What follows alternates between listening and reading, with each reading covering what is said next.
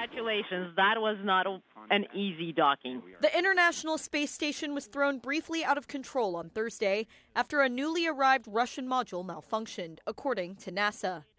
Officials said the 7 crew members aboard weren't in any immediate danger, but the malfunction has prompted the agency to postpone another highly anticipated test flight to the station by Boeing.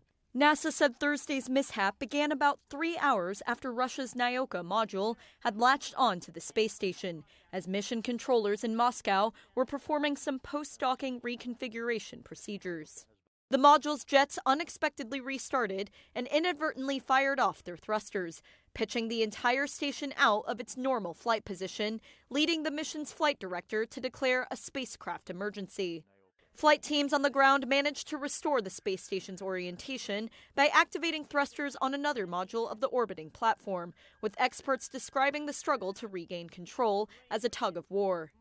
The Nyoka engines were ultimately switched off and the space station was stabilized.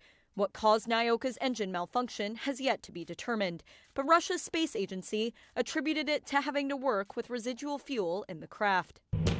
The module had experienced glitches after its launch last week, raising concerns about whether it would dock properly. There was no immediate sign of any damage to the space station.